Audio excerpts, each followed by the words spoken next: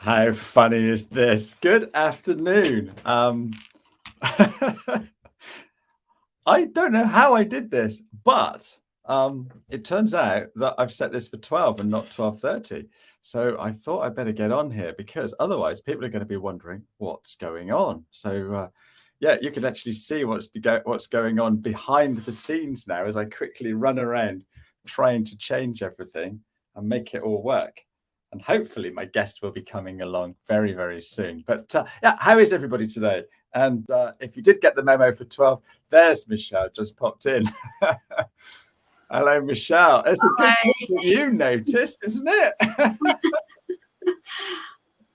I didn't think about it actually, and I did see it when you sent it to me like last week, but then anyway. I check so much every single time. So we haven't even had the pre-chat that I normally have with all my lovely guests. So that's okay. It's all the technology seems to have worked really well, so that's cool. No, that's good. Well, hang on a second. You just tell me whether or not this is going to change as well, because I've literally is that made a difference to the sound? I think so. Yeah. Yeah, okay, because the mic wasn't plugged in. I started, right, and I put the theme music on, and I thought, right, I've got 30 seconds, quickly running around trying to do everything. And then I couldn't plug my USB. It was the wrong way around. Do you ever get that? Yep, it's annoying. So, good afternoon. We are live. This is 15 minutes for accountants and bookkeepers, but today it's going to be a little bit longer. Is that okay? It's fine with me. Good, because I'm sure you've got loads to talk about. Michelle, tell us about yourself, who you are. Okay, well, I'm an accountant turned copywriter.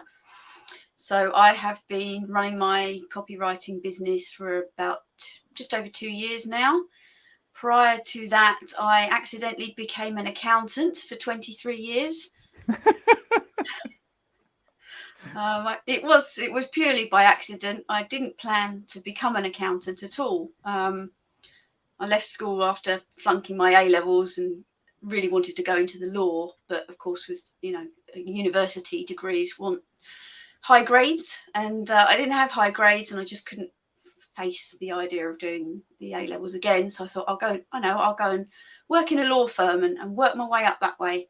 So off I trots up to London, all suited and booted for my very first interview ever.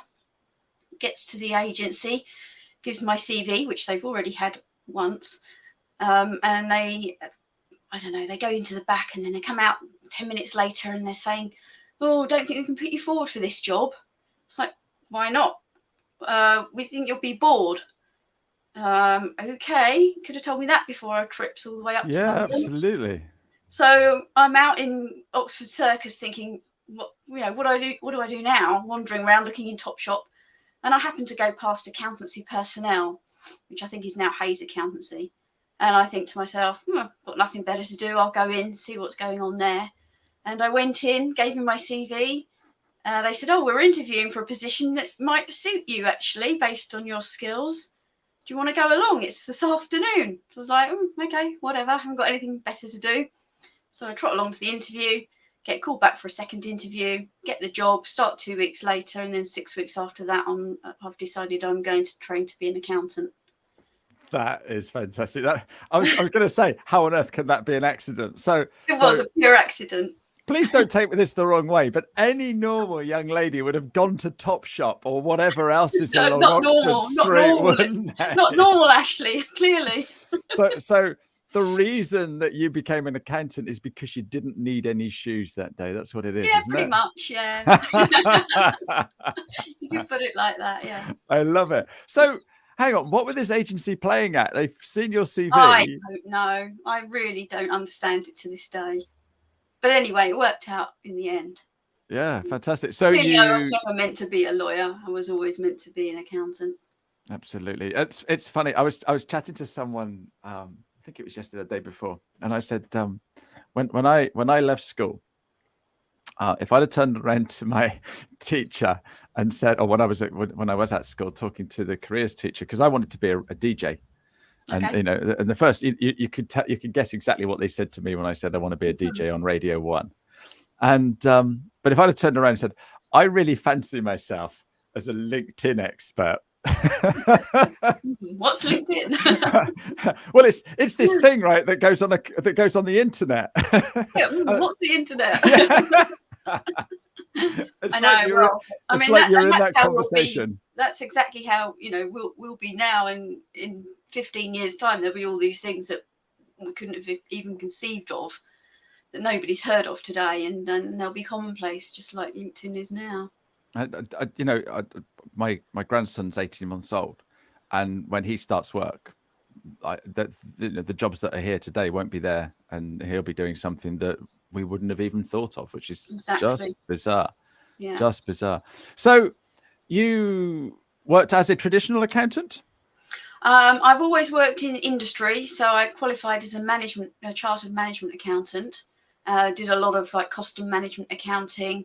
Worked for a defence and air traffic controls manufacturing company, so doing really detailed price variance analysis and all of that sort of stuff to get my CIMA qualification. But I've also worked, I worked 23 years in accountancy, but 18 of them in a pharmaceutical company, doing a variety of roles. Started as a fixed asset accountant, had to go into all the labs and do asset audits, climbing over all the old equipment and everything, which was a baptism of fire in my first few weeks at that company. But I had quite a long career there, which has some other stories as well, which maybe we don't have time for now. But one of them was that I went to North Carolina quite a few times on a project that I was working on to put some sort of time tracking system in place. And I came face to face with a shotgun on that particular visit, but I'll tell you about that another time. Well, no, because we are a little early, and there's people that have got this in the diary for 12:30. So the main content of this is I want to talk about the writing that you do and stuff like that. So please, let's hear it. And you can't say that you met a shotgun and then leave it just there. All right, Come on, okay. tell So us. I was traveling backwards and forwards to the States. I was going every 3 to 4 weeks for 1 to 2 weeks at a time for a number of months. Was this business class? Some of it was, yeah, usually business class, yeah, back in the day. I think by the time I'd left, they were sort of starting to say business class only for, like the execs and managers. But anyway, I digress. And this particular time, it was just before Thanksgiving, and I was going to North Carolina. And one of the project team over in the States had invited me to go along to to go to their house for Thanksgiving dinner. So I thought, well, that is an opportunity that, you might not always get. So I'll say yes to that. But she lived in the sticks somewhere. I haven't still to this day have no idea exactly where it was. Anyway, she gave me all these directions and I had a map. It was in the days before sat nav. I am that old. And so I'm driving along thinking, this just doesn't feel right. You know how you get a sense of you're going in the wrong direction, but you're not really sure where you are. So I thought, right, I'm going to pull over, look at the map again. So I pulled into this sort of sweeping kind of driveway, which had some like gates at the back, and just to turn around, it was this gravel driveway. And I'm sitting there sort of facing the road, so away from the house, looking at the map. And all of a sudden I hear this really loud voice going, "What are you all doing on my land?" And this guy comes running towards the car with a shotgun in his hand. Oh my goodness. No way. So that was terrifying. And I'm sitting there like tiny little... Like a jelly. Like a jelly, small white woman, not a threat to this guy whatsoever, as you can imagine. And I like rolled down the window just a crack so that I could speak to him. Yeah, because the shotgun's not going to go through glass, is it? I'm looking at him and it's like, you can tell straight away that I'm not a threat to him. But so he kind of softened pretty quickly. But I was like, I'm really sorry, I'm lost. I'm just trying to find my way. She goes, "You are from England?" I was like, "Yeah." Do you know the Beatles? All of that kind of stuff. And so, like, he obviously realised I wasn't a threat to him. I just was lost. Anyway, gave me some directions. And then as I was leaving, he said, "Oh, you don't want to come over to my house tomorrow and have dinner with all my family?" No, I don't, no, don't think so. Oh my goodness. Yeah, so that was an interesting experience, let's say. And when you regaled that story, they said, "Oh, not old so-and-so. He's renowned for that." I mean, they didn't know who it was. I mean, I didn't know That's where the hell I was at the no, time. that's the trouble, isn't it? It was just he didn't like the fact that there was this strange car on his land. Yeah, no, weird. Oh my goodness. Yeah, it's quite shocking when you see people with guns, isn't it? We don't get it in this country, and I freak out when I go to the airport and you see the guards there with guns, you know, the policemen and stuff like that. It's just weird. Anyway. So you did your training, you qualified as an amazing accountant, you're doing all this amazing SEMA stuff, and then you thought, I know what I need to do. I need to write. Not quite. There's a bit of a gap. So I was working, as I said, for a large pharmaceutical company many years, and had a really wonderful job which I loved.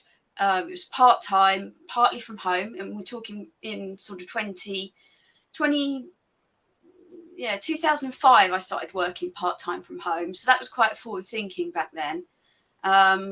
So I would work 7 till 2:30, I think it was, and then I would get home in time to pick up my children from school, and 1 day a week from home and 1 day off. So it was just a fantastically flexible working situation. But of course things change, and they, reorganized everything and decided they wanted me to go back to full-time work, and I just couldn't really do it with my kids and the commute and everything else. I decided to take a redundancy.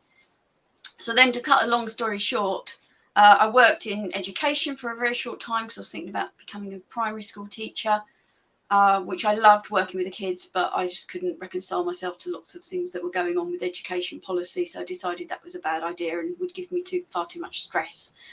So I retrained instead in adult education, set up a business running antenatal classes and baby and child first aid training, which I did for about 8 years whilst simultaneously home educating my children through their GCSEs. Finished all that in 2019, and that's when I set up my copywriting business. And at first I didn't really want to write, particularly write for finance businesses, because it felt like going backwards a little, to where I came from. So I started writing quite a lot of content for health, well-being, creatives, a few education clients as well. Just getting all sorts of general experience, really, and finding out who were my ideal clients. And over time, more and more clients were coming to me who were in the financial services space, because they could see that, I had that background, on my LinkedIn. And so I thought about 7 to 8 months ago, I thought, all right, well, it's time to just embrace that now and really niche into the financial services space. So that's what I did. No, absolutely. That makes perfect sense. It's in your DNA. Just say hi to just Manara. How are you today? Thanks for popping in. And must just say hi to Pavel. He enjoyed that story at the start. So thanks for that. So you are now an amazing copywriter, and you've got lots of clients in the finance industry. So what do you actually physically do so that people can actually fully understand what you do and how you help accountants and bookkeepers? Yeah, so I'm working mainly with small and medium-sized businesses, and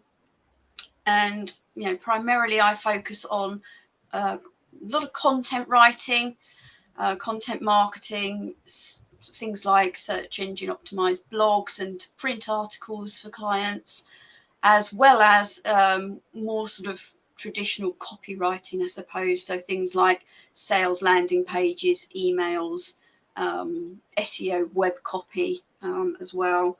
So all sorts of things. I've written LinkedIn profiles and posts. I provide a sort of a program for people on LinkedIn to increase their visibility. What else? Flyers, product descriptions, brochures, practice brochures for financial advisors, all sorts of things, really. No, absolutely. I guess my bread and butter stuff is probably more on the blogging and website side of things. Perfect. So I'm an accountant. I'm Are really you? good. No, I'm not. I'm just. We're playing hypothetical games here now. Okay. So, um, I thought there was something I didn't know about you there. no. I can't even spell it, so I'd be rubbish. I'd be rubbish. So I'm an accountant. I've got a practice. I'm really great with numbers. I'm great at talking to people. I'm great at problem solving. And someone said to me, I need a website, and someone said I need to do a blog, and some idiot down in Devon says I've got to do stuff on LinkedIn. What on earth do I do? How do I get started? Or how do I work with somebody like you, Michelle? Because I know this stuff, but I'm not sure how to write because I've never written before. How can you help? What can you do for me? Well, I think, one of the things I tend to do with clients at the beginning is sort of have quite an in-depth interview. And that applies whether we're going to be working together over several months on a retainer, or if I'm just doing your LinkedIn profile and that's the only thing that, the only way that we plan to work together. And I ask a lot of questions and I listen hard. I was speaking to somebody yesterday or the day before who I took through this process to do a LinkedIn profile for. And she said, I barely said anything, actually. She probably talked for 45 minutes and I hardly said a word. And she thought afterwards, later, she said, I thought it was a really weird process because you didn't really say a lot and I didn't know how much I was supposed to say. But then when she found, when she wrote what I'd written, it really sounded like her, because I'd spent a lot of time listening to the exact words that she used. So that was quite interesting to get that feedback, because I know it's a process that works because I've used it lots of times, but it was interesting to have it fed back to me, the perspective of somebody sort of receiving that process from the other side. So we'll start with that, sort of really digging deep into who you are, what you do, what your benefits are, features of your service as well, obviously, but benefits is more important. Who is not just your ideal client, but your absolute dream client? What would they look like? And then I think I like to sort of go through what I call my ABC of copywriting, which is audience. So, get clear on who are you really trying to attract, and also who you don't want to work with, because it's almost as important to repel the wrong client as it is to attract the right one. And if you've had the wrong client before, you'll know what I'm talking about. It becomes, energy sapping and it's not good. So if you can qualify them up front, then that can save yourself a lot of time and heartache. So just when you're honing your message, really have that dream client in mind, and just talk to them as though it was just them that you were talking to, not anybody else, just that one client. So when I say talk, I mean really having a conversation, using the words that you would use when you're talking to that person. What I see a lot of is, particularly in the financial services space, because it is quite a dry topic for a lot of people, is that people, accountants, bookkeepers and so on, they write in quite a formal way, because that's what they believe people want to see. But actually what they need is this conversational approach, in my view. And then I think we move on to sort of brand voice, and how is it that you want to be perceived? Have a think about, if your brand were a celebrity, who would it be? If your brand were an animal, what sort of animal would your brand be? And that will help you to define your brand voice, and the tone that you use, the words that you use, and to make sure that your communication is consistent. So if you're writing something, if you're talking to somebody like we are here, if you're doing a video or a podcast, that you're always using the same sorts of words, and words that resonate with your ideal and dream client. So that's B for brand voice. And then C for connection. So it's really thinking about where to make the best connections with your clients, because if you're a small business like we are, or even a medium-sized business, it can be pretty difficult to be everywhere. All right, there's so many different platforms, and you cannot be everywhere once, especially if you've got a small, tight budget. It's impossible. you can try, but you're not going to do any of them particularly well because you spread yourself too thin. So you want to think more carefully about where do you put your time and effort. If you're an accountant or you're in professional services, law firm, consultancy, what have you, and you're a B2B business, then LinkedIn is a great place for connecting, in my view. Whereas if you're, a plumber or an electrician, then I'm not saying you can't get clients on LinkedIn. You definitely can if you take the right approach. But you might find that more of your ideal clients, if you're, sort of wanting to appeal to mums or whoever, then you might find them hanging out on Facebook or on Instagram. And equally, I know that there are accountants who have done brilliantly on Instagram and TikTok, but they've put a lot of their effort into that one platform. They don't spread themselves across all the different platforms. So I'd say pick your one platform and do it brilliantly, and then sort of just make sure you have a presence on the others, but direct your clients back to your main platform, whether that's your website or your LinkedIn or wherever you choose to, become an expert, really. So that's where I'd start with them anyway. I love your question. No, absolutely. No, I love that. Look what I've done for you. I know, I saw that. Thank Audience, you. brand, voice, and connection. You can't get simpler than ABC, right? No, exactly. When you said it's my ABC, and I love an acronym, but that's the thing you've got to be aware of, though, isn't it? Because having worked with accountants for 15 years, I know there's an awful lot of acronyms, and you've been indoctrinated in it all, so you know even more acronyms than me. But your average client of these finance and accountants and bookkeepers, they don't know what acronyms are, and so you have to put it out in more layman's terms, don't you? Absolutely. I mean, I think the same applies for any niche, really. I mean, I was just looking today at somebody's blog who was all about acronyms in marketing. I mean, CTR, CTA. I mean, it's mind-boggling when you don't know what all these things mean. And for certain, there's a lot of jargon, technical language in accountancy and other financial services. So we have to strip it right back, keep it simple, keep it conversational, and don't lose people in the first couple of sentences, because once you've lost them, you've lost them. Yeah, absolutely. Yeah. Is there any tips that you can share with us to grab their attention? You said losing them, but how do we grab them initially?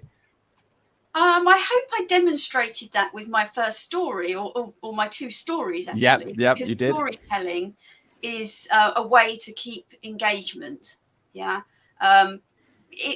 People get, quite turned off with a kind of a dry list of what you do, and even the benefits. It's all very well, and it is necessary to include it. But if you can include stories in what you do, case studies, things like that, but just little anecdotes, even, just quick little stories that just bring the reader along on the journey that you're trying to take them on, that will definitely go a long way to grabbing people's attention. Everyone's probably heard of clickbait. I wouldn't recommend you go down that route, but it does work because, it grabs your attention and you're sort of almost compelled to see what happens next. But you can do that in a much more authentic way with stories, in my view. Yeah, absolutely. Yeah. Especially if you've been to America and you've met someone with a shotgun. Oh, yeah, but I wouldn't recommend that, to be honest. No, absolutely not. So, what challenges, you said you've been working with accountants and bookkeepers for a while now, but what challenges are you seeing them have at the moment? I mean, I think that it's difficult to stand out from the crowd, right? So, I mean, everyone thinks they know what accountants do. I think they know. And so it can be a bit hard. It can be hard for accountants to grab the reader's attention because, people aren't really expecting to be educated when they go to, say, an accountant's website. Not really. So if you can come up with a different angle on a common topic, or you are prepared to put some personality into your writing and be a bit different, then that's how you can, attract your dream clients. So I think the thing that accountants and bookkeepers maybe are struggling with a little bit is just how to stand out from, there's a lot of accountants and bookkeepers out there. How do you make yourself different? How do you put your USP, wrap it up neatly so people understand what it is that you can do for them that's different from, Joe Blogs or the next person along on the search engine results page. So, if you show up as that vibrant business partner rather than purely an accountant, that makes sense. Yeah, absolutely. Distinguish yourself, then, as somebody who can help propel the client's business and company forward rather than someone that just files the tax return. It's about making it a little bit more sexy, if I'm allowed to say that. You can say sexy because I know we don't think of accountants as sexy, but hey, we're not all bad, No, I totally agree, and that's the thing. You've brought along your fan club. So Brigitte says you're a copywriter par excellence, and Helen cannot recommend you enough. Look at that. So you helped her with her website, and if Helen, yes, if you're happy to share your website, feel free to drop it in the comments, because then people can Helen. see. Hi, Brigitte. I knew I pronounced the name. I'm sorry, Brigitte. Sure, Helen, I can do Helen. Helen's fine. Helen's within my space. You should talk to Brigitte, actually, because she was just doing just done a massive shoot. She's a photographer at an accountant's practice. So there you go. Oh, fantastic! Also works with accountants. So you guys are like a tag team, aren't you? Maybe. You do the words, she does the images. So yeah, absolutely fantastic. Absolutely. So superb. But yeah, Helen, if you're happy to share your website, put it in the comments, and then people can see a little bit of Michelle's wonderful work.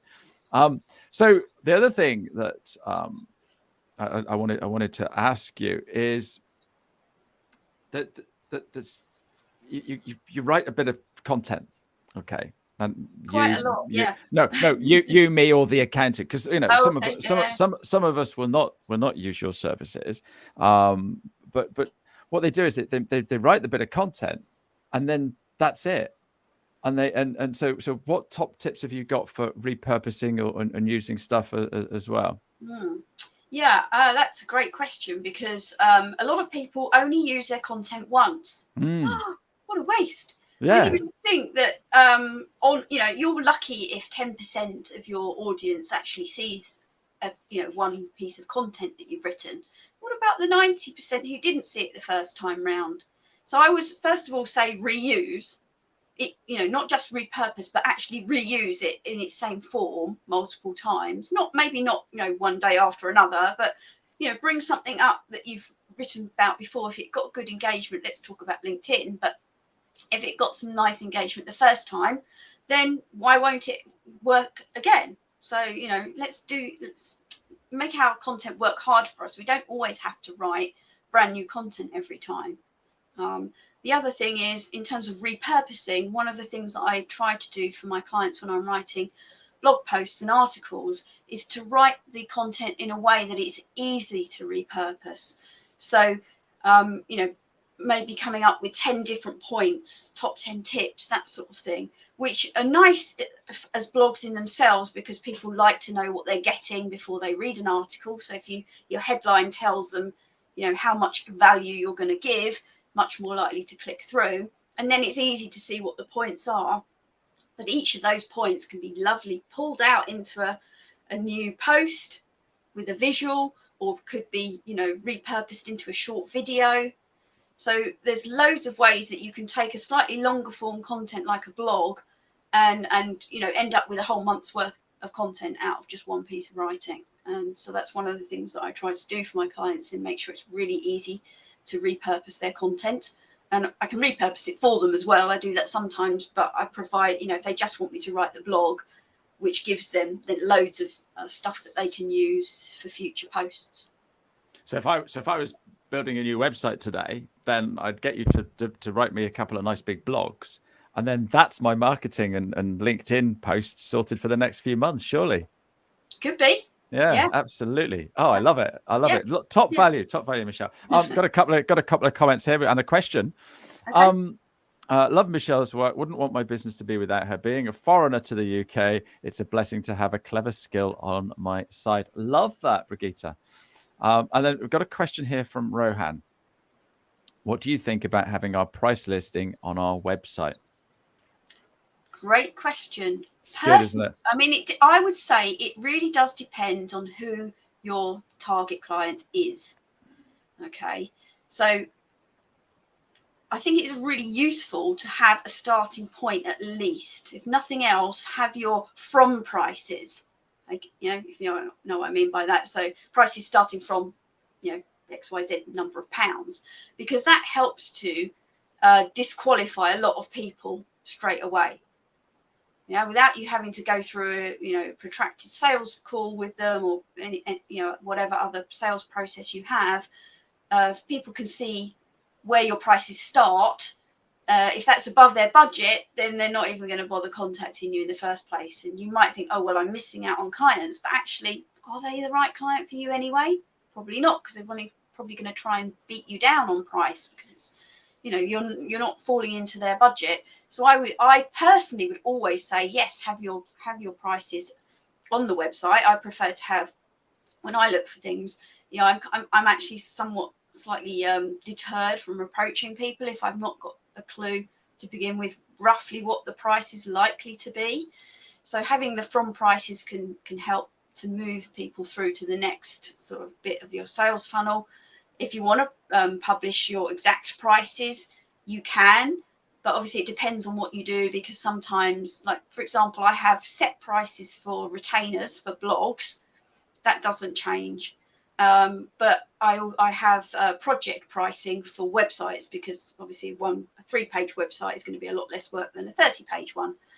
So I'll price it up, in a proposal. But all of my package prices are available on my website, available on my LinkedIn for everyone to see. So it's easy for people to see roughly how much it's going to cost to work with me. Yeah, absolutely. And the thing is, Michelle and Rowan, because he asked the question, when you are looking for something, if you go onto a website, you Google something, it brings up a list of things. You go to the first one and it says all about it, and that's brilliant, but there's no price. What do? Go back to the search page, find the next one.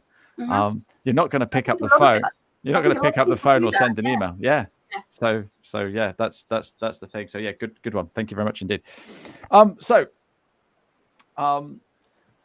What's the best story about you helping an accountant or a bookkeeper then, Michelle? I haven't got any shotguns in these stories, but thankfully. Good. I don't know. I mean, one of my recent projects, I think, is quite a good story around how my background has supported the client. So the fact that I have a background knowledge of finance accountancy was really valuable in this case. So I was rewriting a approximately 30-page website for a firm of accountants in West London.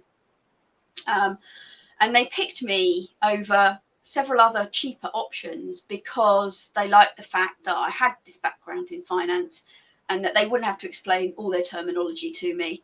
And it would be quite straightforward for them to tell me what they wanted me to write about, and for me to put it into English, if you like. And you know what I mean? Sort of plain. Yeah, I know. So that I could understand it. So the clients who aren't technically finance minded could understand it. So it was a slightly different job that I'd done before, because we were also working with an SEO specialist company. So they were doing all the keyword research, which is something that I would normally do for my clients and myself. So I was being delivered these sort of briefs for each page, which said, who what the keywords were and what all the additional words were that I should include in that page of copy, which was great, because it means I didn't have to do that work. But what I did actually find out was there were several pages where the SEO specialist company hadn't quite understood the financial and accountancy world and had come up with terms which really weren't anything to do with the page that I was writing. So that was really helpful, because straight away I could, my knowledge and understanding of finance was sort of came to the forefront immediately, and I could see, well, that doesn't really make any sense. We need to go back. We need to rework this, this SEO keyword research for these. I think they would end up being about 3 or 4 pages in the end. And that saved the company quite a lot of time, because another copywriter might not have been able to pick that up. They might have just written the page using those keywords and not understood that they weren't quite right. So I think that's quite a good example of value that I can bring. Yeah, possibly not as exciting as shotguns, but as the shotgun. Yeah, but the thing is, right, is because you've been there and done that, got the t-shirt and lived and breathed it, it's in your DNA, it's second nature. So, you can also add, the client might brief you and turn around and go, well, actually, can I add this as well? Because absolutely superb. Super duper. Yeah, definitely. I mean, I do that all the time when it comes to, content planning, if you like. So a client will say, I'd like you to write for me, but I don't really know what I want you to write about. So we'll sit down and I'll do some keyword research, some content research on, see what other competitors are writing about, see what they're not writing about as well. And, and we'll, between us, work out what topics we want to cover over the next, 6 months or whatever it is the retainer's over. But of course, I am flexible as well. And sometimes, there's a need to jump in with something that's topical. So, a client of mine wanted me to do something very quickly last week on the change in the mortgage rate. And, the Bank of England meeting on last Thursday. So, quickly turn that around. And so I am flexible. It's good to create a content plan, but it's good to build in, the flexibility into that as well. And again, in the finance industry, stuff changes almost daily, doesn't it? Absolutely. So this has been an extended 15 minutes today. Thank you so much for jumping in earlier. I've just noticed that we haven't gone to Facebook. So Facebook don't like you being late. Obviously, the other two are okay. Hey, I can always put something on Facebook. That's not a problem. But so thank you very much for joining me today. I've got one more question. I've got 2 questions. One is, how can people get hold of you? So the best place to get hold of me is either on LinkedIn, where I am the only Michelle Eshkeri, so you can't go wrong. Fantastic. That's the advantage of having an unusual surname. Or my website, which is letmewrite.co.uk. Oh, what a great name. You can put that in the chat afterwards, please, Michelle. That'd be great. So next week I've got Simon Leake is coming along to talk to us about CRM, which is my mind's just gone black, client relationship management software. So he's going to come and talk to us about that. Another acronym. Yeah, absolutely. But I think we all know what that is. So that's all good. If anyone's got any other questions, that would be great. There we go. Yashwant thinks that was very inspiring. So thank you very much, Yashwant, and thanks for joining us today. So my final question to you then, Michelle, is when you were at primary school, I don't know whether it is going to be a lawyer, but what did you want to do when you were at school? What did you want to do when you left school?